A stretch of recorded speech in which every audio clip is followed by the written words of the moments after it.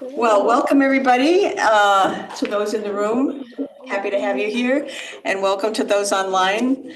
We're very privileged to have our speaker today, Dr. Richard Miller, who's going to talk about his new book on animal experimentation.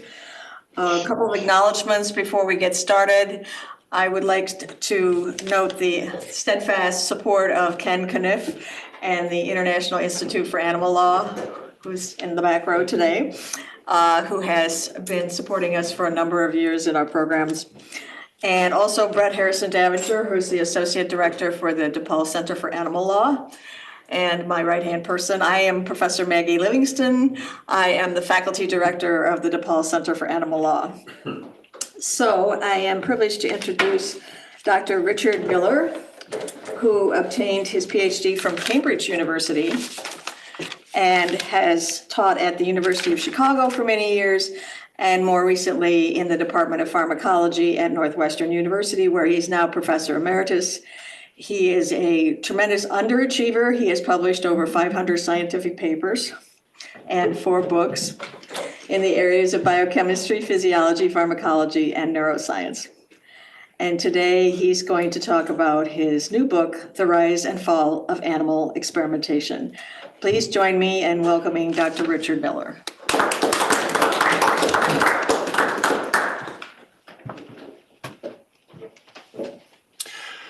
Well, good afternoon, everybody. Let me begin by thanking you very much indeed for inviting me to come here and tell you a little bit about this book that I've written, which is about animal experimentation. And I'm particularly pleased to be here, actually, because when I looked online to read something about your group at the Center of Animal Law, I noted, as you can see in this slide, one of its goals was recognizing that animals are defenseless and in need of compassion and protection. And that is certainly something that resonates very strongly with me, and quite a lot of my books about topics along those lines. So let me begin by establishing a certain point. And that is that experiments performed on animals in biomedical research are almost inevitably extremely cruel to animals, all right? I mean, that's just the way it is. Now, you don't have to take my word for it, actually, because you're not scientists, I presume. So I just give you an example. I clicked randomly, as a matter of fact, on a biomedical research paper on my desktop, and I got this. And it's a paper about blah, blah, blah, some scientific thing, right? From a journal, the Science Translational Medicine. That's rather a good journal, actually. And it's something to do with mouse tendons, okay? You know what tendons are. Now, if you want to know what people are doing in their research, all you have, because it's not a secret, all you have to do is scroll down to the methods section, voila, right? And read what they're doing. And probably, if you're not normally doing this kind of thing, you'll be actually quite horrified. I mean, in this particular case, it's something to do with they're using a murine, that is mouse, Achilles tendon injury model. What that means is they're taking the mice and cutting their tendons and then letting them walk around. Well, I put it to you that that is a really unpleasant thing to do. It's very cruel. The other thing you can see from this particular thing that I've excerpted here is there's something about statistics and power analysis. That means that they're doing it to a lot of mice, right? Not just one. So, I mean, this is something that I think is pretty easy to understand. So given the fact that scientists are, by and large, not sadists, what's going on here? Now, I started doing biomedical research in the 1970s, and I've done a lot of this kind of thing. But as I write about in my book, I was always rather concerned about it. It bothered me. But anyway, I got on with it. But over the years, it got more and more concerning to me. I started to realize that when I did this kind of thing, I was making a lot of assumptions. And I started to ask myself, some serious questions about the whole enterprise, and that is where the book came from. Now, I obviously can't tell you, a book over 300 pages long, all the ins and outs of the arguments, but I just tell you a bit about what the book's about, some of the questions, and give you a few examples of the kinds of thing that I'm talking about. So, here are some of the questions that I asked myself, and right from the get-go, I'll give you the answers that I came to. First of all, where and why did animal-based research develop? Why do we do it? Why? Do you know? It's a good question, isn't it? In classical antiquity, it's not something that started recently. This started a very, very long time ago. Our attitudes towards animals are very old, actually, plenty of them.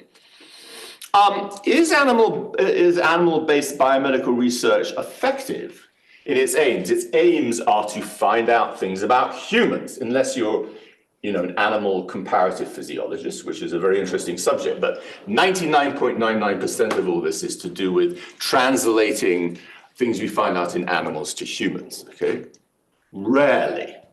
Sometimes it is, and I'll give you a couple of examples when it really has been, but these days, for reasons I'll discuss, that's rather rare, I would say.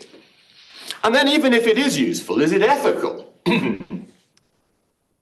I don't think so. Is it ethical to take a sentient animal and cut its tendons? Or do things like that? When all is said and done, I personally don't think so. So what are we going to do? Are there any alternatives to biomedical research? And here is the good news. Yes, there are nowadays an enormous number of alternatives to animal-based research. And frankly, I think that in a certain number of years, not too distant future, this conversation will be moot because there won't be any more animal research. So I'll tell you a bit about that. Okay, so one other thing to note is that the fact that we do research on animals in Western countries is not a given. Asian countries don't have that tradition. They have a tradition called ahimsa, which means non-violence. They don't do violence to humans or animals. Well, of course, you're going to say, well, there's lots of research going on in India, in biohub, in all kinds of biological research companies in China. But what they've done, of course, is that's Western science that they've taken and plonked down in Asia along with Disney and Coca-Cola, right? So it's not actually their tradition. They do it, but that's a Western tradition. The world has shrunk, and they have taken that on and do it very effectively.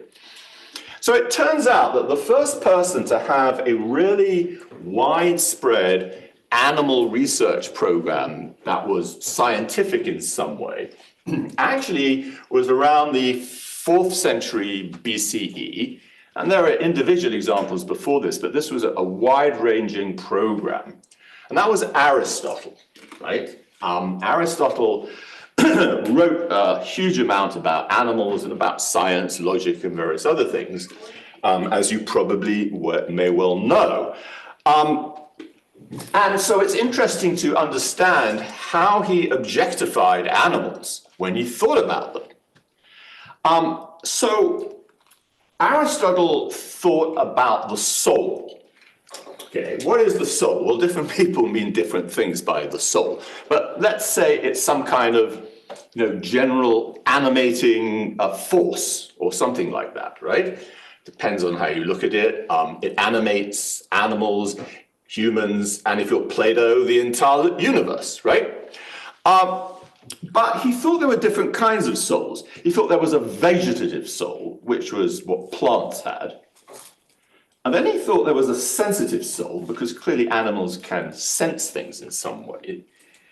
But then he said only humans were rational. Only humans have a rational soul. So this wasn't like a continuum, like Darwinian evolution. This meant that humans were sui generis, right? And once you say that humans are in this category and animals are in that category, that gives you an entry to saying, well, we can do things to animals and we're not going to do to humans, that different rules apply. So this, I think, is a very important point intellectually, and I say it goes back a very long way. I mean, the kind of argument that was used, and this argument, believe me, was used right through to the 19th century, which I'll talk about in a moment, is that animals don't have language. Right? If animals don't have language, that means that they're not rational.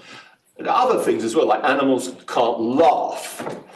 Animals can't laugh. So that's a big argument, right? Only humans laugh. Animals are not rational. So they're clearly in a different category. Right? Now, Aristotle's way of looking at animals and his scientific approach went right through classical antiquity, right down to near the end of the Roman Empire, where you find people like Aelius Galen. Galen was the greatest researcher of the ancient world. And you could actually argue that he was the most important biomedical researcher in history. He developed a whole corpus of what we call Galenic medicine, based on his experiments, which were mostly done, or many of them done on animals, apes, just slice them up, right? No anesthetics or anything. But he was a very smart person, and he did discover a lot of things that were correct. And so he's very important. But now we have to think about something else. When we get to the 3rd century CE, there's something else that's percolating up in the ancient world, which is going to take the place of paganism, and that is Christianity, right? So around this time, Christianity is going to become the religion of the Roman Empire. Eastern, whole Roman Empire, and then Eastern and Western. So this is the thing that's going to echo down through history to the present day.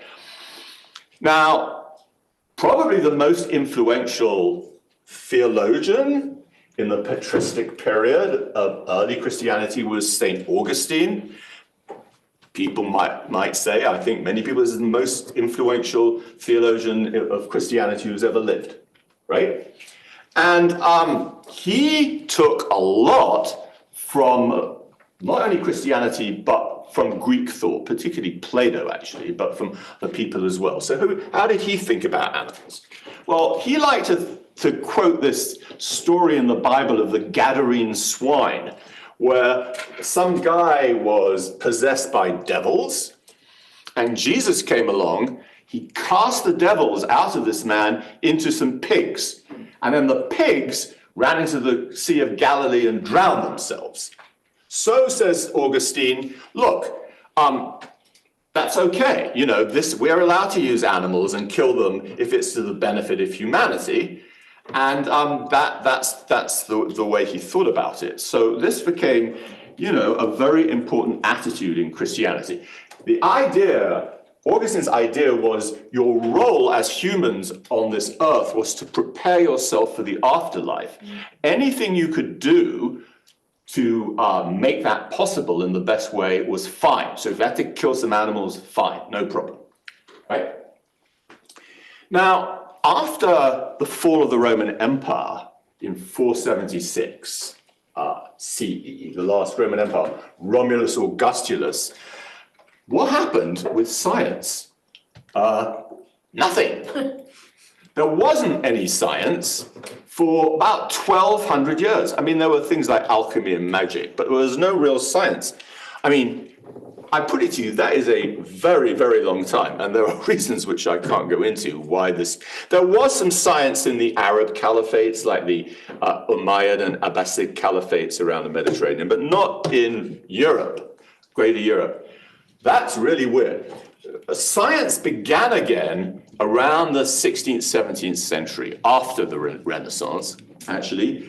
And if you want to pick a day or a date for the advent of modern science, I think a good year, if you want to pick a year, would be 1543. In 1543, we get the publication of Copernicus's book De Revolutionibus. in which he showed or said, he postulated that the Earth went round the sun rather than the other way round. Big deal. But in the same year, a book by the Flemish anatomist Andreas Vesalius. And Andreas Vesalius was the first person to really produce this beautiful anatomy of the human body, right? And he, in very great detail, which he actually challenges a lot of the assumptions that Galen made, because don't forget, medicine is still Galen from 1200 years ago. And it was illustrated by Titian, a great artist, or people in his workshop. So this is a very great book. And Vesalius was at the University of Padua, which was kind of the center of things at that time. Another student who was just a bit younger than Vesalius, who was at that university, was an Englishman called William Harvey. So he studied at Padua and then went back to England, became the doctor of the king. He was like a very smart guy.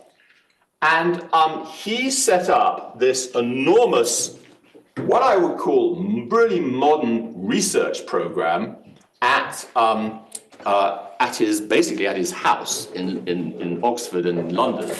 He had a huge menagerie of animals, which he just cut up willy-nilly to investigate. Actually, he was investigating the cardiovascular system. And he published this book, De Mortu Cordis, in which for the first time he figured out how the whole cardiovascular system works, the way the blood moved around in the heart, in the blood vessels. And you know what? It hasn't really changed very much since Harvey's time. The model we have today is pretty much the same. Harvey was a genius. And although he cut up more than 30 species of animals without any anesthetic at all, including, by the way, his wife's parrot. History does not tell us what Mrs. Harvey thought of this maneuver, but nevertheless, he did that. And he is really, again, we're going for the big ones here. Many people would say the greatest biomedical researcher in history, because he did establish the basis of the cardiovascular system. That, I put it to you, in medicine is a tremendously important thing to know. So that's William Harvey. Now, about the time of William Harvey, we also got philosophers who produced intellectual ideas that allowed people like William Harvey to do the kind of research they were doing. And the main one, of course, was Descartes. Again, you could have a course for 100 lectures on Descartes, but Descartes thought about animals like this. He said that the body of humans and animals are basically just machines, right? The difference between a human and an animal, though, is that an animal has a soul, which is given to it by God, which it can use for like self-reflexive thinking. The animal doesn't have that. So he's what's called a dualist, because he thought that the mind, the soul, and the body were two different things. Now, not everybody thought that way. His great contemporary, Baruch Spinoza, thought the opposite, that they were all the same thing, die sive natura, right? But science, even today, really takes a lot from Descartes, all right? That's how biomedical researchers really think about animals. They think they're like machines, and they take them apart and put them together, and so on and so forth. It's more complicated than that, but that's really the nub of the idea. And this idea caught on. If we go a little bit later to Kant, for example, what does he say? So far as animals are concerned, we have no direct duties. Animals are not self-conscious, and they are there merely as a means to an end. That end is man, right? And so on and so forth. Well, okay, just to finish this part of the talk, were there any people talking for animals as opposed to against them? Yeah, back in Greek times, Roman times, we know that humans had pets that were very close to, particularly these little white fluffy dogs called Maltese dogs. Juvenal, who was the great satirist in Rome, said that most of the women he knew would rather if they were faced with a choice, would rather keep their dog and ditch their husbands. I don't know if that's changed, but maybe not. That's what he said about it. There were also people that wrote in favor of animals and vegetarianism, like Plutarch, Porphyry, Theophrastus. There are a bunch of them. So there was writing like that. But now when we come to modern times, to modern science, after that over 1,000-year interregnum, I mean, we start to find people like this wonderful humanist essayist Michel de Montaigne, who wrote in his essays a lot about animals. And I was trying to get rid of this little cross thing here, whatever. I cruelly hate cruelty, both by nature and reason, as the worst of all vices. He wrote very eloquently about animals. And if you go to the next century, you can find people like Mad Madge, the great Margaret Cavendish, one of the first women to actually publish a book under her own name. Imagine that. And actually, it was the first ever science fiction novel, The Blazing World, right? She writes also about, her views on cruelty. But, none of this resulted in any legal protection for animals. We don't really see that until we get to England in the 19th century, where a lot of different rights movements are beginning to raise their heads. The anti-slavery movement, women's suffrage, animal rights. And very often the same people were involved in all these different movements, actually, like William Wilberforce and a lot of very, very interesting women as well. That was very interesting. And eventually this started in the British Parliament to produce some results. We started to get animal laws. The very first one was passed by this man called Humanity Dick Martin. And it was called Martin's Act. It was 1822, provided a certain amount of legal protection for some animals, mostly cattle. But after that, by the time we get to like 1876, there's laws covering all animals and so on and so forth.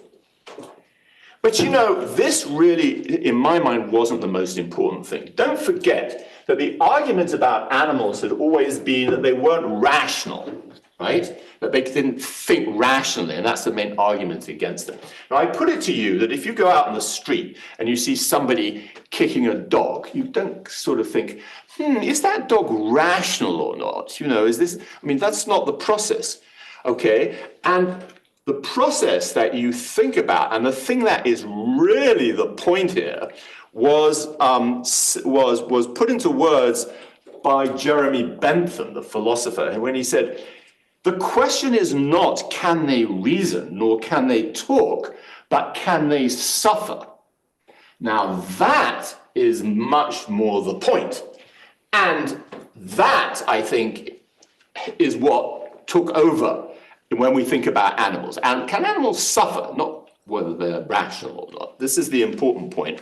And so I think as we come into more modern times, that's the kind of argument that started to take over, rather than thinking about whether this dog's rational or not. And we got a lot of movements that became very important and popular in England, like the anti-vivisection movement. So I love this cover because it's drawn by Walter Crane, who was one of the great illustrators of the time. And you can see here this scientist, this horrible scientist, like me. He's got his knife, right? And he's about to chop up these animals, and St. George is there protecting them. That's a really good picture. Really like that one. And then, of course, you start getting, after the 1960s, what we all think about as the animal movement today. We have this classic book by Singer, Animal Liberation. The title tells you all about it. And so on and so forth. And so we have, the laws that we have today. The United States was very, as now, I'm not going to tell you about animal law, because more about it than me, but I have some questions in my mind that I don't understand.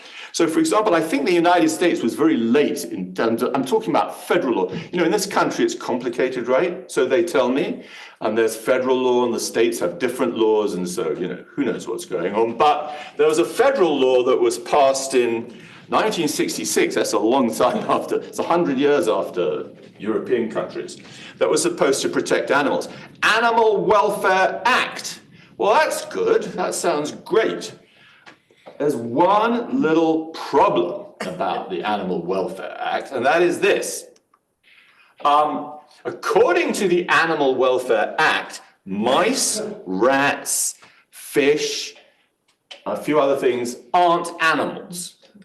Okay, well, I mean, I don't understand that. To me, that sounds like completely bonkers. But I mean, maybe you understand it. I suspect it's got something to do with money, but I mean, who knows? So this seems like a big problem. And you know, there are hundreds of billions of animals that are used every year in research. Most of them are mice and rats and fish. So it means that the law of this country, at least the federal law, does not cover 99.9% of all the animals that are used in research, right? So I don't know what use it is. I mean, it's more complicated than that. Yes, I know. But it's not a good starting point, right? So why are we using hundreds of millions of animals every year? Even William Harvey only cut up like a few hundred elephants and things like that. So I mean, where does this astronomical number come from? Well, it really comes from a man called Vannevar Bush. Vannevar Bush was the guy that advised the American government about science during the Second World War. And he got the government to ally itself with some universities in order to do research projects. And he found the universities were very, very helpful. So after the war, he said to the government, look, you should be funding universities directly to do research. Okay, that sounds like, because they didn't do that much before the Second World War. He said, okay, so you can see here the amount of research in gazillions of dollars, right? Over time, and this is biomedical research. I mean, there is so much money in that. The universities, who in many respects are the villains of the piece here, decided that this was a great way of scoring some cash.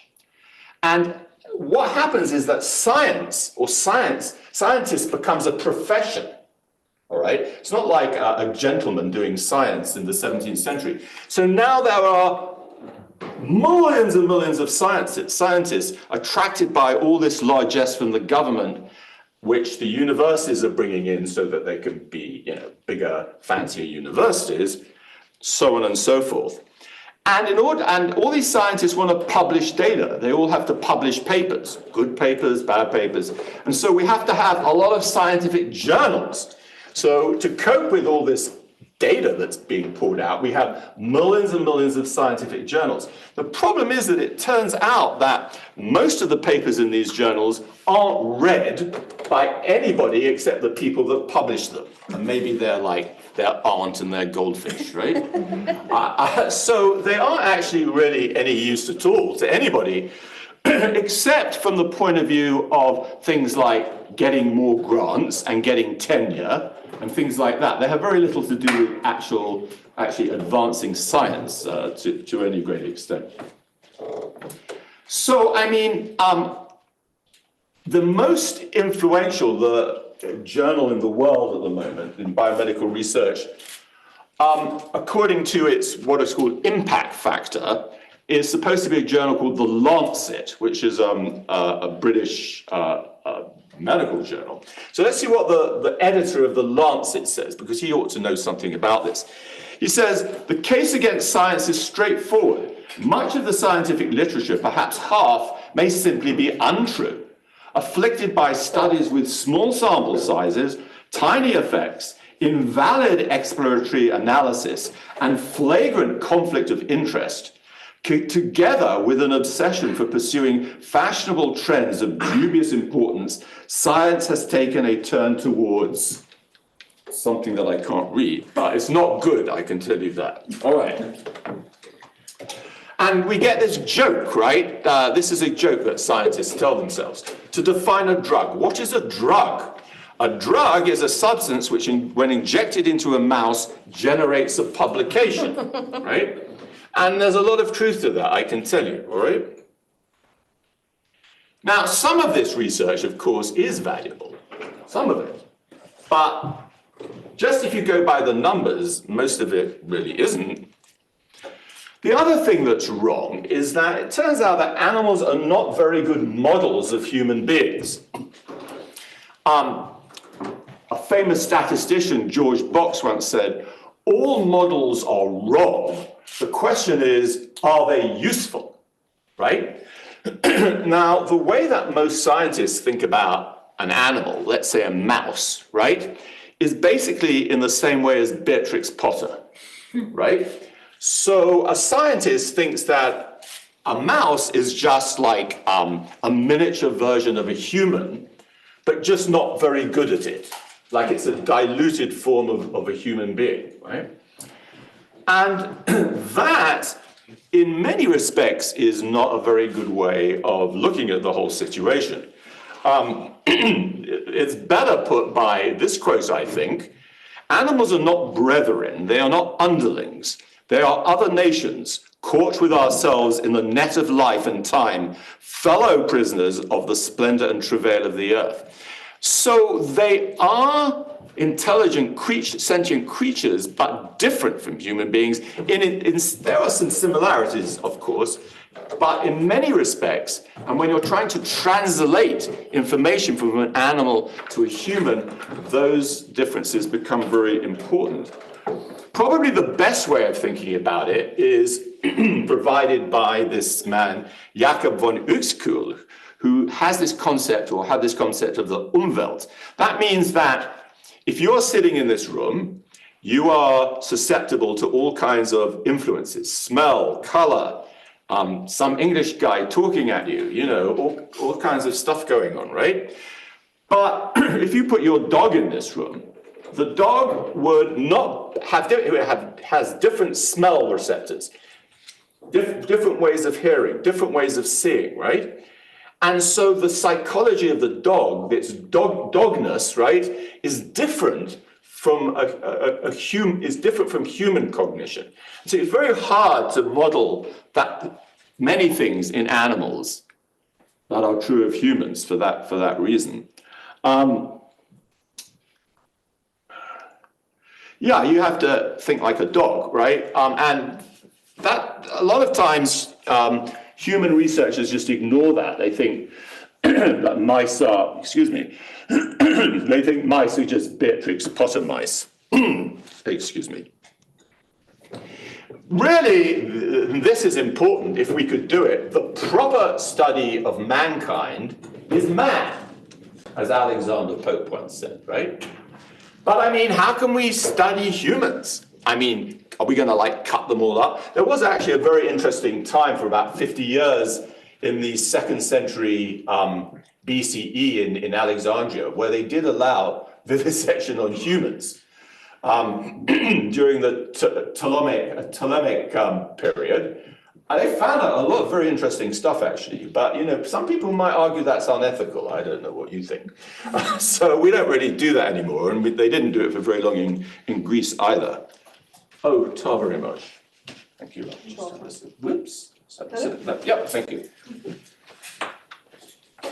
Okay, so here's the good news. We can now switch our research to humans. And the reason for that really started in the 19th century with this man, Ernst von Haeckel. Ernst von Haeckel was a student at the University of Berlin in a very famous laboratory. Actually, we have many famous students in it, but his thing was evolutionary biology, and he became a great follower of Darwin. In fact, he's one of the people responsible for popularizing all of Darwin's work. Haeckel had this idea, which I won't bore you with too much, called recapitulation theory, where he said that ontogeny, that is the way an animal develops, mimics phylogeny. That is the way its species develops. Now, when you think about how a species develops, you know, if you're an evolutionary biologist, you can draw this tree, right? Where you start with a very lowly animal, and it gradually becomes more and more complicated through evolution. So what Haeckel said was that, well, we could draw a similar tree, but concentrating or mimicking the development of a single species or a single animal that would look like this. That's ontogeny. This is phylogeny. And he said at the bottom of that tree, there must be a single kind of cell that actually has the potential to develop into all the tissues of this animal. And he said, I'm going to call this cell a Stammzelle, or a stem cell, right? Now, in the years since Haeckel, and particularly, I would say, in the last 3 decades, the idea of a stem cell has become technologically very amenable to science. I mean, there was always some evidence for it, even going back into the even going back into the 19th century. And indeed, you know, a fertilized egg, a zygote, is an ultimate stem cell. But nowadays, we can make stem cells from humans, animals, and we don't even need the original animal to extract the stem cell from. We can make stem cells artificially from other cells just by using biochemistry. And we can take these stem cells and we can turn them into any kind of tissue. So if this is a human stem cell, I can make muscle cell, fat cell, whatever cell I want, human tissues now, not animal tissues. And I can do research on those. And the other thing about it is, because I can make a stem cell out of anybody in this room, right? That stem cell and the tissues that are derived from it mimic that person, right? And all the genetic diversity that goes along with that, right? That person's immune system, that person's muscle. In other words, you can think of developing a kind of medicine that actually is based on the whole of human diversity rather than a mouse. Well, obviously a much better thing to do. So how far has this come at this point? Well, it's really come a long way. We can grow tissues from stem cells, human stem cells, or mouse stem cells, if you like, which really mimic the organs that we might want to study. Like, this is a kidney organoid on the left, a brain organoid on the right. And we can start to do experiments that previously we would have done on animals, but by using tissues that are generated from human stem cells. Not only that, but we can take a stem cell that made a particular tissue and another tissue, join them all these organoids, what they're called organoids, sorry, up into what we call an assembloid. So gradually, from a single stem cell, can gradually build up an entire human being. Well, I mean, have we done that yet? Not really, but I can tell you, this field is going so fast that, you know, a lot of stuff that was done even in the 20th century is disappearing in the rearview mirror very quickly, all right? And, you know, why stop there? Why not make a person? I mean, sure, you can do that. You can take a stem cell and you can make an embryo, right? And the embryo, I mean, this is actually a mouse embryo. I told you mouse research wasn't useful, but not always. This was useful.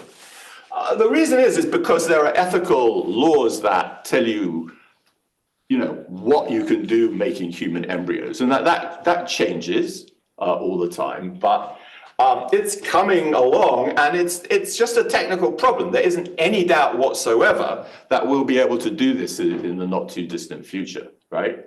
Not only can you make humans, but from any kind, but you'll probably be able to make hybrid animals that are half human and half Richard Miller and half Einstein, right?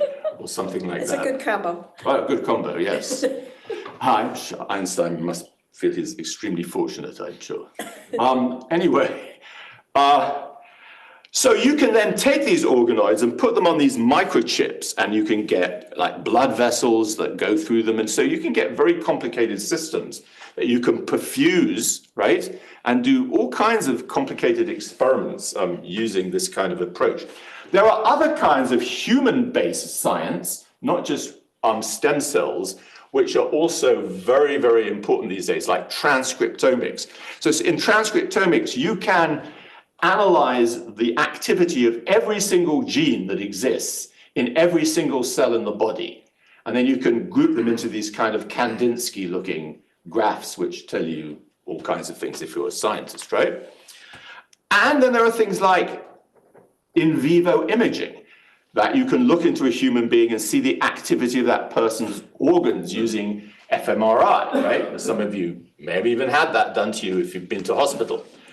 And all these things, so there's a whole slate of human-centric science that now can be done, which is really leaving the animal research behind. So we should think for one moment, as I come to the end here, about the pharmaceutical industry, because the pharmaceutical industry uses a big chunk of that 11 gazillion animals that are used every year, right? And the reason is because of some like horrible disasters that happened in the middle of the 20th century. Laws came in where the pharmaceutical companies have to test their drugs on animals to show that they're safe. Well, that seems a reasonable idea. Unfortunately, these animal models aren't actually very good in many respects. They don't always work at all well. But you had to do like, 10 dogs and 60 mice and this, and I mean, there's a whole thing you have to do. The kidney, the gut, the liver, whatever, a huge number of animal tests, a huge number of animals used for this kind of thing. But nowadays, they're starting to switch from using animals to using these organoid systems. I mean, why use a dog kidney and a whole dog when you can just use a human organoid on a chip, right, to do your testing on? Well, one reason is that you have to because the law says so. But the FDA doesn't say that anymore. Within the last year, the FDA has recognized that when you're presenting a new drug that you want to put on the market, you do not have to do animal testing anymore. You can use the kind of organ-on-a-chip testing derived from stem cell techniques instead. Now, so far, it's still mostly animals, but believe me, this is just the tip of the iceberg. And at some point, all the testing will be done this way. Okay. I don't know exactly when. I mean, is it going to take 5 years? Is it going to take 10 years? I don't know, 20 years, but it's coming. And there won't be any more animal research. And that's because of science, let alone ethics or anything. It just won't scientifically be the right way of doing things anymore. This is talk about the recent thing, COVID, right? Which had to be developed, if you recall, at warp speed. The Moderna, who made the COVID vaccine, this is what the head of Moderna said. I don't think proving this in animal model is on the critical path to getting this to a clinical trial, because they had to do it very quickly. So they said, you can do the animal models afterwards. And that's what they did, or with it. There was very little animal research done up front when we talked about the COVID vaccine, which was a huge scientific triumph. Look how quickly they did that and how effective it was. So you see, science is really, really important. And it's really capable of doing so many things, but it has to be ethical, right? So how long will this take? I don't know. I mean, a very famous scientist in the 19th century, one of the most famous ones, was a physicist called Max Planck, who said, science advances one funeral at a time, right? So the older generation of scientists like me, have to die off, and the younger, smarter scientists have to come up, and then things will change a lot, okay? Let me, because my 40 minutes is up, leave you with one thought to summarize everything that I've said. And I can do it this way. About 2,000 years ago, there was a very famous rabbi called Hillel. And one day, somebody challenged Hillel to summarize the entire Torah. If you don't know what that is, it's something along the lines of the entire work of Jewish law, like 5 billion pages long. Summarize the entire Torah while standing on one leg. So Hillel thought about that, and he stood on one leg and he said, "Don't do things to other creatures that you wouldn't do to yourself. The rest," he said, "is just commentary." All right? And that, I think, is that. Thank you. Thank you so much. Questions for Dr. Miller? I have a question. What's the correlation? I just saw a news article about how they're using like pig hearts, and I think it's like pig hearts and pig kidneys. Oh yeah, it just came out a few days ago, right? Yeah. So like you're saying that, in a near future, we won't need to use animals for. Right. Will that still be a thing? No, it's a great advance at the moment that you can, use pig hearts in humans. The whole thing is entirely kosher, I assure you. It's a great advance in terms of what we have available to us at the moment in terms of surgery. But was it heart or kidney? I think it was, what was it? I think there's been both. Yeah, whatever it was. Maybe, I think maybe it's a heart valve. However, 10 years from now, they won't be getting a heart out of a pig. They'll be getting a heart that they've made in a dish from a human, that human maybe even, so it won't be rejected by the immune system. And they'll be putting that in. And not only will that heart be from that human or another human, but using biochemistry, you can go in and change some of the genes of that heart. So it's actually better than it was before, right? So this whole thing that came out a few days ago, and I even had a slide about this, but I didn't show it, I think is great, but it's just a step, it's what we have now. That will not be the case X years from now, I don't think, no. Other questions? Yeah, I have questions online. Wouldn't there have to be a change in liability laws in order to eliminate animal testing? Oh, God knows. I'm not a lawyer. I think that when you go to human-based medicine, there'll be all kinds of ethical problems and all kinds of laws. There'll be different laws, though. They won't concern animals. There'll be different things. I would imagine that's absolutely true.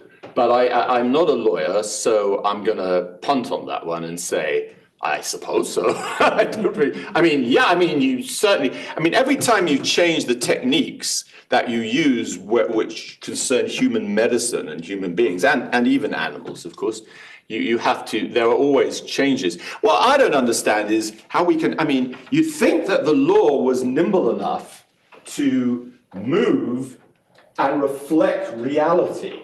See, I'm always coming across this. My actual research that I told you about is mostly on how drugs affect the brain. And, I'm constantly coming up with things like the cannabis laws. The cannabis laws make no sense at all. Like, cannabis is a Schedule I drug, right? But pure THC is a Schedule III drug. That makes no sense at all, right? So, I don't understand the law and what it's supposed to reflect. It seems to me, from my point of view, that it often doesn't reflect reality. You'd think that it would change in some way, but how that happens, I have no idea. We have another question line. What do you believe is currently holding back pharma from making the switch to stem cells and other alternatives? Nothing. They're doing it. What was holding them back was the FDA. The FDA said, you have to do the ADME, that's the toxicology testing, in 3 species or whatever it was. That's what you have to do. Otherwise, don't come and bring your drug to us. But what I just showed you, and this happened within the last year, is that the FDA has realized that stem cell-based technology is the way of the future, and they have now passed that resolution that says you don't have to do animal research anymore. So I think drug companies are switching. I mean, it will take some time, no doubt, and there are people who will say, "Oh no," but I mean, it's happening, and it's happening very quickly. I think nothing's holding it back at this point, except for like probably old scientists who don't want to change anything. So much of current drug testing is LD50. Can you discuss how this can end? Yeah, same thing. I mean, we won't have LD50s anymore because we won't be testing things on animals. Also, I mean, LD50s don't tell you very much because what the LD50 is in a mouse, the LD50, by the way, is what you do is this. You get your mouse and you get your drug or dog. Let's say it's a dog. And then you give it more and more of the drug till it dies, right? And you've got 50 dogs, so the LD50 is the average dose where half out of 100 dogs, 50 of them died, right? So it turns out that, you know, the LD50 in an animal doesn't necessarily reflect very well the LD50 in a human being. I mean, sometimes it does and sometimes it doesn't. But there are better ways of doing it. But in order to have an LD50, you have to have a live animal. You're not going to do LD50 on 100 humans, like give 100 humans these drugs and wait for 50 of them to die. I mean, I don't think so. Actually, no, probably not. So there won't be any LD50s soon. I don't think it's a very good test. I'm not sure how often they actually do that anymore in the pharmaceutical industry, and I certainly will go away if you're not using animals. What? Oh, do you want? I have a question. Yeah. What is the role of artificial intelligence in all of this, if any? Well, artificial intelligence is just another method of mimicking the human psyche, mimicking the way humans think about things. And a lot of problems in animals, as I pointed out, are to do with the way animals think and the way animals see the world as opposed to humans. So there may be uses of artificial intelligence that can produce paradigms for thinking more about human intelligence without actually using humans and running things on those which will be predictive in terms of certain medical things. I mean, again, it's a different field, but it's very, very powerful, and I'm sure the two things will influence each other a lot. Yes, sir. In your research, did you see any parallels or come across any parallels with cultivated meat and food in addition to animal testing? Well, I mean, that's a whole different thing. You know, should we be eating? I'm a vegetarian, right? I don't think we should be eating animals. The reason is because I think it's cruel to animals. If we had cloned meat, I'd be happy to eat it, frankly. I think that just as there are solutions, science is trying to provide solutions which will get around the problem of using animals cruelly in research. It's also trying to solve the problem of the fact that we do horrible things to animals when we kill them for meat. You know, we all know about factory farming, things like that. It's a bloody horrible thing. And at some point, there will be cloned meat, and you don't need to kill animals anymore. I think that's proving to be quite tricky, actually. But, I mean, I saw a picture of Peter Singer in Singapore the other day eating some chicken, and he said it was cloned chicken. Well, if he's going to eat chicken, then that's okay to eat chicken, right? I mean, it's just biochemistry. I don't know I mean, it's proving hard to do clone meat these days because, not so much because you can't do it, but because the economics are wrong. You need these like vast vats and all these expensive chemicals and things. But that's just a technical issue. That will be solved and we will have cloned meat at some point and it will taste just fine, I suspect. But I don't know exactly when. Yes, sir. We have a couple more questions online. I apologize to anyone if we can't get to your question, but we do have a time limit. But one of them is, do you have any thoughts on how the transition from animal testing can be sped up without the need to wait for a generation of researchers to die off? Well, you could shoot them. That would be quicker, right? Is that helpful? No, I mean, I'll tell you how. What you have to do is, it's all about money, right? All universities are interested in is money, actually, and bringing in money. So if the NIH starts providing funding for people to do more of this stuff, more scientists will go into it and progress will be more rapid. I understand that the new head of the NIH, a woman whose name I can't remember, it's an Italian name, is actually quite favorable to this kind of thing, and she should be, because it's what's coming up the pipe, right? So I think that there will be more and more money put into doing things that don't actually involve. I mean, I actually see that already, come to think of it. There are people even who write grant applications these days who start saying, well, we'll kill these 10 billion mice, and then there'll be a sentence at the end and said, and by the way, we might use some stem cells. So it's starting to come up, it's starting to percolate. And I think that that is the way that it will happen. Once the universities see that there's money to be made from it, they'll get their faculty, they'll encourage their faculty to apply for that money. The money will come in, people will start working on it. And, a lot of science is incredibly smart, right? That they'll figure it out. So that, I think, is, that's the society we live in, money, right? So put the money in the right place, it'll happen much more quickly. I think we have time for one more question. Sure. Some of the resistance have you found that some of the resistance is due to the animal supplier business and just interest, kind of like the animal agriculture lobby? Yes. I mean, if you go online and look at all the animal, all the web output of, animal rights people, there's also an equal number from organizations which say we have to kill animals, and these stem cells are never gonna. I mean, yeah, there's a huge amount of discussion from those people. Those people represent interests which have very large amounts of money. I mean, science is a multi-billion-dollar industry. It's not just doing the science; it's providing the animals, providing the chemicals.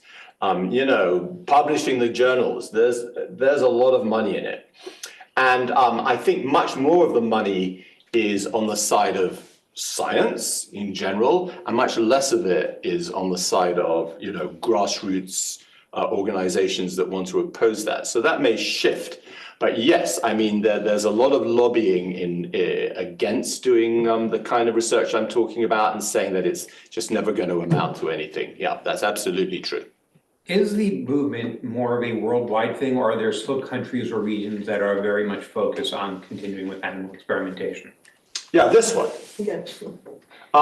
You'll find in European countries, well, not all of them. I mean, you can't generalize, but in many European countries, I would say the balance is a little bit more shifted towards animal rights and less towards, the status quo. What about like Asia and Africa? And Oh, no, I mean, Africa, I have no idea, because they don't necessarily, in most countries in Africa, have a very sophisticated scientific enterprise. But in Asian countries like China, I don't think there are any animal laws at all. So good luck, right? In fact, I mean, there's one guy in China, I mean, to tell you this very quickly, there's one guy in China that started this like gigantic concentration camp for monkeys. And he says to people in Europe, oh, you can't do those experiments, just come over here to my thing and I'll give you as many monkeys as you like, and you can have at it, right? So, I mean, I suspect, China's a very big country, and there's certainly people in China who care about these things. But what the politics is and how that actually becomes part of the law, they do have a law in China about protection of endangered species, right? But as far as science is concerned, I don't think they have any. Thank you again, Dr. Miller, for your most interesting talk, and thank you all for being here.